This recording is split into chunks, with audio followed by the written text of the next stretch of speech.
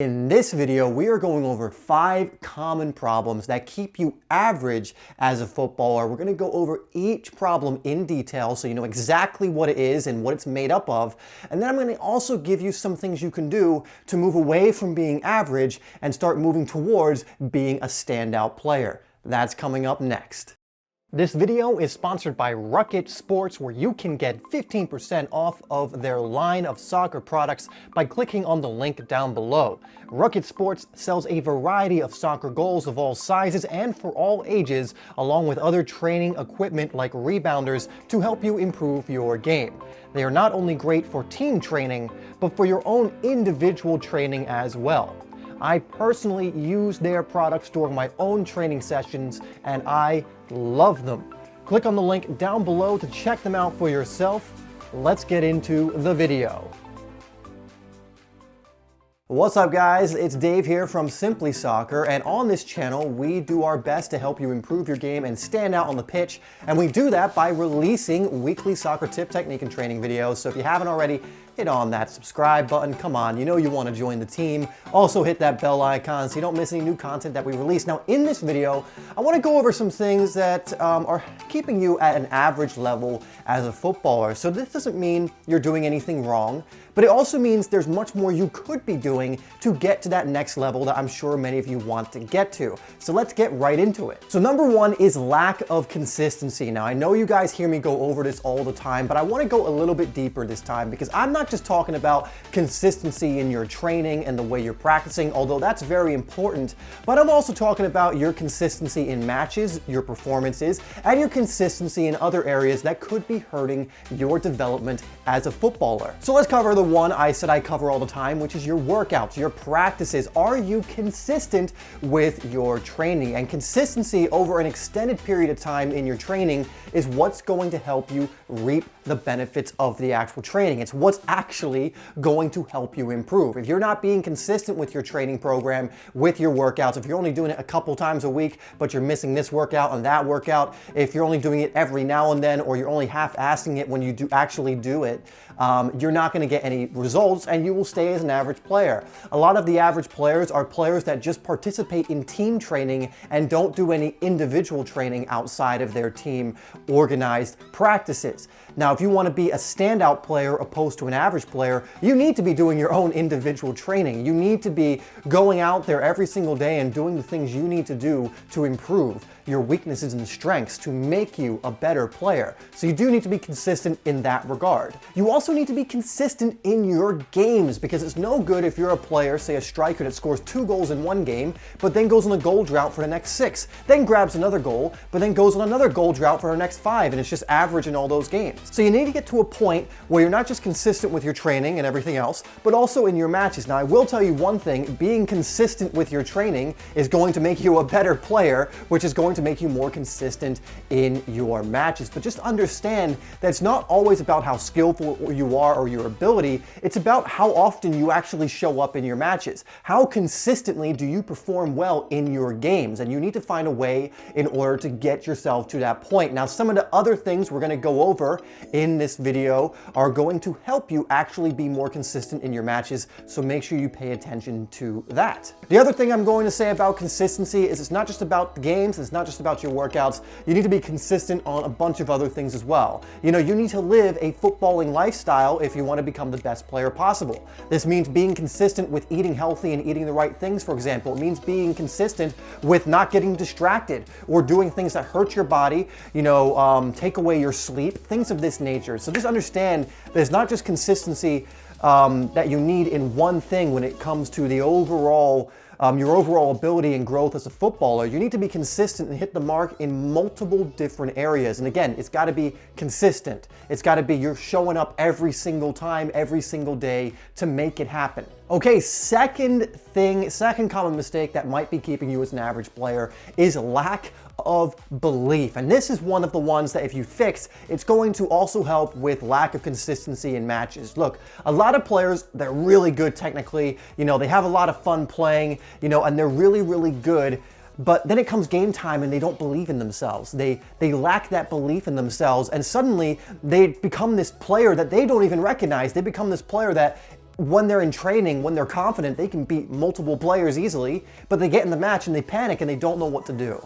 And so a lack of belief in yourself, a lack of confidence in your own ability is going to hurt you so much and keep you as an average player. It's going to keep you as that player that you kind of phases in and out of matches, that sometimes has a really good match, but then goes on a run of really average to poor matches. Now, one of the big problems I see with these kind of players is they actually see themselves as average. If you view yourself as an average player, or you don't see yourself as a good player, you will kind of fit into that mold. You will start creating yourself as an average player, and you'll start doing things that the average player does. So start seeing yourself as a great player. Start seeing yourself as a player that is always improving, always growing, always getting better, and you will start to move more into that. You need to get a handle on your belief system, on how you view yourself, because if you view yourself, if you honor yourself and you respect yourself, and see yourself as this great player, this good person, all of that stuff, you will start acting more like that. If you see yourself as average, as not good enough, as anything like that, you will start acting more like that. So consciously choose in every moment that you remember to see yourself as a good player. And once you get over those limiting belief systems like I'm average, I'm always going to be average, I'm not good, all this kind of stuff that pops up, once you get over those things and you start growing in confidence, you start believing more in yourself, you will notice a huge difference in your game. I mean, it's like night and day. When I used to go into games confident versus not confident, it was like I was a totally different player. Number 3 is lack of ambition. Look, everyone needs something that drives them towards a goal, that drives them towards getting better at something. And if you lack ambition, then really you're going to stay an average player. You're not going to really improve. A lot of players want to get better, want to become really good without actually putting in the work to do so. They want to do it in the lazy way. What's the quickest way I can get to this point? What is the quickest way I can become an amazing player? Well, the fact of the matter is there is no quickest way. Sure, there are quicker ways, and we'll get into that in a second. But there is no shortcut, there is no magic pill, there is no silver bullet idea that's going to get you to becoming a great player overnight. It just doesn't happen. And the idea even comes from a lack of ambition. You want the shortcut, you want to get there while everyone else is putting in the hard work to get there without putting in any. And it just doesn't work that way. Now, the thing about lack of ambition is there's usually some underlying factors that cause a lack of ambition. One that I found is if you have no goals. Because if you can't see what you're trying to achieve or where you're going in this kind of area, specifically in a sport, it sometimes gets really hard for you to motivate yourself and become ambitious about doing your training or doing the things you need to do, or eating the food that may not taste as good but is really healthy for you, and avoiding the food that tastes amazing but is really bad for you. So you need to have goals. You need to be focused, because the more focused you are on that vision of that thing you want, if it's collegiate football, professional football, perhaps it's just becoming the best player you can be, and you have clear goals that you've defined and written out and explained and expanded on, that's going to give you much more ambition, because then you'll have a choice every time you go to make a decision. You'll have this choice right in front of you of, am I going to make sure I get closer to my goal, or am I going to not get closer to that goal? So next time you see that healthy food and you don't want to eat it, you can compare it and go, is this going to get me closer to my goal or not? It will, I'm going to do it. That workout, I don't want to do it, but wait, is that workout going to get me closer to my goal or not? It will, I'm going to go do it. So when you have that clearly defined goal, your ambition will improve and it will increase because you have something you're moving towards. Number 4 thing that's keeping you average is not following a system. And this one is huge. A lot of players will go out and they'll practice and they'll wing it, and they'll just do kind of a bunch of random drills that they saw online, or a bunch of random things that they've always been doing without understanding if it's actually the best thing for them. Now, if you're practicing and you're doing it consistently, then regardless of what you're doing, you're going to improve at some rate. But there's a difference between improving at this rate and improving at this rate. And obviously you want to calibrate and optimize your training to be improving as fast as you can. Again, there's no shortcut saying you get here to here in no time. It's always going to be like this. But there is a difference between training that's kind of a little bit of progress and training that's going to help you much more. And one of the ways to make sure you're on the side of the much more is to be in a proven system.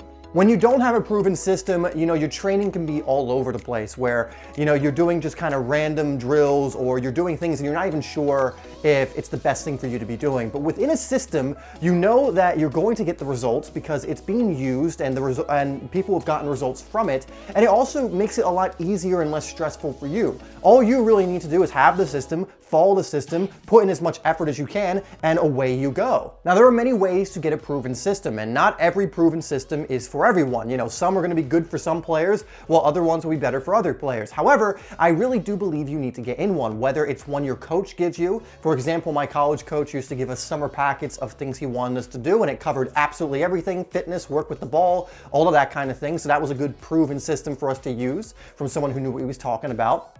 You can get free ones online, or you can pay for one online. Now, I personally believe that if you can afford it, that you should pay for one and get yourself in a proven system that, is taking a lot of work for someone to create and, will get you the results. If you are interested, I have one myself called Ultimate Soccer Skills, which I will link down below. This training course is specifically to improve your ability with the ball at your feet, with both feet. So things like dribbling, skill moves, being able to manipulate the ball with your feet with different movements, having quicker feet, things of that nature. So if that's something you're interested in, you can take a look at that. But again, there are many programs out there that you can take a look at. But if that's something that sounds good to you and something you really think would help your game, then definitely just take a look. Okay, and number 5, the last but not least one, is, are you playing on a poor team? And this one I see all the time. I see this big fish in the small pond syndrome, which essentially means you're the best player on the team by miles, or there's like a couple of you that are head and shoulders above everyone else,